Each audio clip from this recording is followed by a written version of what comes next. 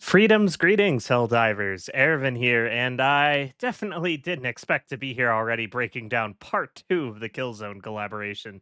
Here I was thinking I had 5 days break when Arrowhead found its Christmas spirit and decided $40 for one war bond worth of collab gear spread throughout a rotating cash shop was a bit ridiculous for any company not starting with the letters B, U, or E. Which good on them, because I've been testing all this latest gear all today, and while a lot of it's actually relatively okay, I don't think anyone wanted to spend the week leading up to the holidays farming trivial missions for 2,000 more super credits. But now that I've thrown my shade at corporate greed and shady business practices, let's talk about the gear. First, let's go over the AC2 Obedient armor suit we've received. This suit is ultralight armor, so it's got the least armor value in exchange for the best movement speed and stamina, which is going to be important for its use case, in my opinion. You see, as I've talked about with this passive in my last video on this Superstore collaboration, this passive's fire resistance, gas resistance, and arc resistance never really makes sense to utilize over the armors that have these resistances more specialized with higher values. But, as many of you pointed out to me, I neglected to take into account that this armor not only helps to protect against all three of those elements, but acid damage as well. Something never before seen when it comes to our wardrobe selection. There are currently 4 sources of acid damage in Helldivers 2, all of which belonging to the Terminids. They're gross looking acid plant things littering their bases, the acid applied by hunter claws, exploding bile chargers, and of course, the bile puked at us by bile spewers, nursing spewers, and bile titans. Through testing, the Ministry of Science has confirmed that this armor does, in fact, negate half the damage from all of these sources, although Vitality Booster does still block the acid damage from the damage over time effect specifically all on its own, making this armor, thanks to its lightweight and speed, very ideal for Terminid operations, especially when performing an ICBM mission, where the chances of seeing the Biospewers constellation increases dramatically. Now, if the term constellation just confused you and you'd like to be better armed with the knowledge of what enemies spawn in which missions, be sure to check out my video on the subject where I teach you all about how our enemies are, in fact, not random. Finishing up about the armor, though, the last thing I'll say on the subject is this armor, just like the previous edition, is aesthetically beautiful, blending in perfectly with the Helldivers 2 universe. All right, moving on to the first new weapon, the PLAS-39 Accelerator Rifle. This rifle is very unique to the game, even creating a new category in the loadout screen as the first officially dubbed primary sniper rifle in Helldivers 2, meaning we are likely to see new sniper rifle concepts in the future for primary weapons. Maybe, just maybe, I'll finally get my primary bolt action sniper rifle I've been dreaming of. Anyway, this rifle comes equipped with a 4 times variable optic similar to the Eruptor, AMR, or Diligence counter sniper, and is a plasma rifle with a charge up similar to the plasma purifier or railgun, but lacks the ability to fire early for reduced damage or like a machine gun the way that the purifier can. Instead, it fires in 3 round bursts, with each of its projectiles dealing 250 ballistic damage or 125 durable damage and 100 explosive AoE damage with an armor penetration level of 3, also known as medium penetration. The fire rate of the weapon refers to how fast these 3 rounds leave the barrel once the zero point 0.5 second charge is completed, and the trigger let loose, meaning at 550 RPM, these rounds all have quite a bit of time in between leaving the barrel. This becomes a problem for a marksman style weapon, as the first hit will often flinch your target with its relatively low 20 staggering force, causing your second and third projectile to miss the targeted limb's body part or head, causing a bit of frustration with its usability, but it does at least have very low recoil between those 3 shots, making it relatively easy to stay on target through the burst, especially when crouching. A colossal problem, though, with the design of this would-be sniper rifle, however, is its incredibly bad damage fall off and velocity loss due to being a plasma weapon, losing 68% of its 250 ballistic damage portion by the time it's traveled 100 meters, gimping its damage horribly at sniper ranges. For comparison's sake, another weapon that experiences a 68% damage loss at 100 meters is the Cookout, which is a shotgun, not a sniper rifle. The ammo is also another factor, falling pretty short of other weapons, only having 9 rounds per magazine with 8 spare batteries for a total of 81 shots before empty. But because it's a burst fire only rifle, this only allows the weapon to be fired 27 times total before needing to scavenge or resupply more ammo. So the supply pack is basically essential business for this weapon to function if you're taking fights regularly and not just sneaking around with it. And to make matters worse, while this ammo economy issue might make you want to reach for the Siege Ready armor passive for 30% more reload speed and 20% more ammo, it currently is not functioning for this rifle, which is likely a bug. All of this comes together to form a relatively weak primary weapon that does pretty much entirely fall behind the plasma purifier in all metrics besides the optic and the spread factor, leading me to believe this weapon will likely be buffed in the future. Something I did find at least a bit enjoyable about that optic was that because this is an energy based weapon and they are by nature very quiet, engaging targets with poor eyesight, such as Devastators, has them sometimes unable to track your location and return fire when firing beyond 60 meters, even when receiving damage, giving you the feeling of a true stealth sniper when combating the automatons, at least. And as far as its overall effectiveness against the automatons, it does hold up as a solid Devastator killer, able to drop them with a burst to the torso or stomach region at close ranges, but more often taking two.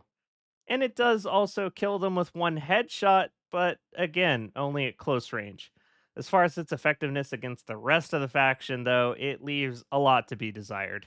The bad ammo economy means we really don't want to waste its shots on troopers at all, and it takes two bursts to the lug nuts to drop a rocket strider at any significant range, although you can at least just go for the rockets now. It can break a Hulk's back open in a couple bursts, but again, the plasma purifier will outshine this rifle in almost all cases here, and it's only able to do this at close ranges.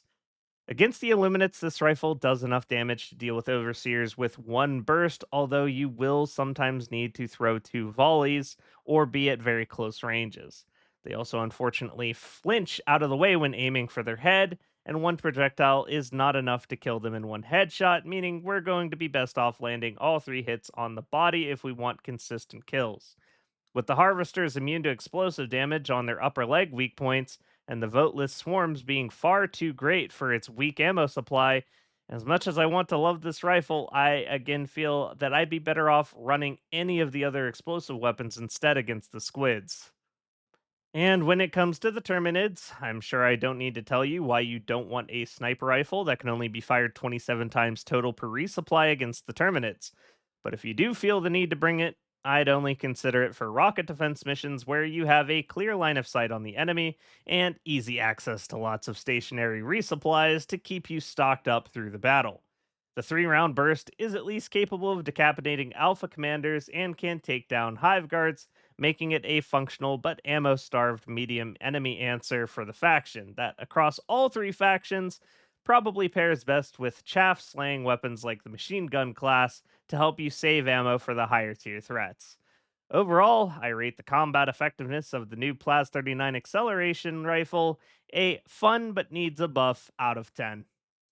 Moving on to the new STA-11 SMG, this new one-handed SMG has some very high DPS for an automatic primary weapon, clocking in at 1137 burst DPS with its 65 ballistic damage or 7 durable damage with an armor penetration level of just 2, also known as light penetration.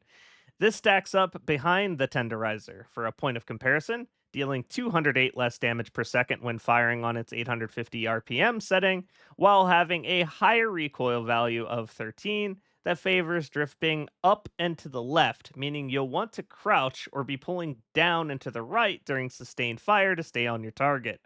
Considering this SMG also has a spread factor of 25 MRAD, something only the Knight matches and the Reprimand exceeds, and how its projectiles lose 21% of their damage by 100 meters, and it's easy to see why I call this thing a designated close range bullet hose with higher recoil and less DPS than the Tenderizer.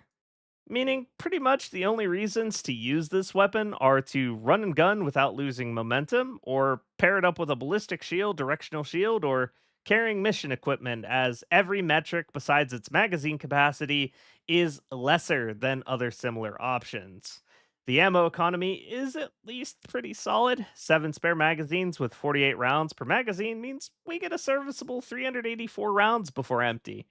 Problem is, with such a low damage value per bullet and high fire rate, you'll be running through that ammo very rapidly once again, needing to reach for those resupplies or supply pack with a great deal of frequency, although the Siege Ready passive can at least help out with that. The reload speed is also extremely good, so at least it's got that going on. A swift 1.7 seconds when performing a tactical reload, and still a responsive 2.6 seconds when reloading on empty means you stay combat effective during extended engagements when compared to the much slower reload speed of, say, the Tenderizer. And when compared to the other one handed SMGs, though, we get a much more favorable comparison, considering the Defender only has a 650 DPS, but less than the Knight's 1495. The Knight has some crazy recoil and controllability issues when fired on fully automatic, though, that this SMG does not possess, however, making it more or less a wash or a question of personal preference. As far as how this weapon measures up against our enemies, though, it has the DPS to be competitive against the Illuminate Overseers, shredding through their armor and body health pool with a decent level of efficiency. The deep magazine also lends itself well to culling hordes of Voteless, although it does miss some pretty decent breakpoints, taking 2 knee shots to cripple them or 3 body shots to guarantee bleedouts on the heaviest of the Voteless units. Neither matters if you're aiming for the head, though, of course, which is destroyed in just one bullet. Against the automatons at close range, it's a serviceable devastator killer, able to blow out their stomach region very quickly, but again, only at very close ranges, as that spread factor will cause you to miss some shots beyond around 20 meters away. If you aim for the head, you also see a similar problem, with the spread factor making it difficult to land the 2 headshots required to bring them down with any degree of consistency beyond that 20-meter range. It's also pretty fun running around with the ballistic shield against all the laser fire, but as you'd expect, all that fun ends pretty quickly the very moment a rocket strider blasts you from the fog of war. Against the Terminids, it's difficult for me to ever recommend a light pen primary, especially one with no stagger and such low durable damage. Outside of its ability to kite efficiently, losing very little momentum when hit firing behind you while running away, there is very little merit to bringing this weapon, but it does at least shred through chaff and Alpha Commander heads pretty rapidly thanks to that high RPM. In all cases, again, you'll be absolutely starving for ammo with how fast this thing slings lead, so if you are deploying with this SMG, be sure to bring a supply pack yourself, the Siege Ready passive, or stick close to the team so you can always get your cut of the resupply. Overall, the STA-11 SMG is far from the worst automatic ballistic weapon added to the game, of which we've seen far too many, and it's overall a mediocre weapon in a mediocre category of mediocrity, awarding it a mediocre out of 10. That'll just about do it for my breakdown of the Killzone collab. If you've yet to see part 1 of this 2-part video series, the link will be in the description below. Gotta say, it's probably for the best that we didn't see these new weapons added to the Superstore for 700 super credits each, as the state they are currently in would definitely have not been worth their cost, especially with the entire collab totaling up at 4,000 credits, should they have gone through with it. The armor set, though, is likely my new favorite Terminid armor, thanks to the unique acid resistance passive and it being the perfect armor value for kiting out the bugs. A pretty rocky start for Helldivers' first collaboration content drop, but here's hoping they learn from this experience and do better in the next one. And also, here's hoping the charge rifle gets a significant buff to that abysmal damage fall off so it can actually function as a sniper rifle. Thank you to my coffee supporters who help keep the channel going. And thank you for watching till the end. I'll see you next time.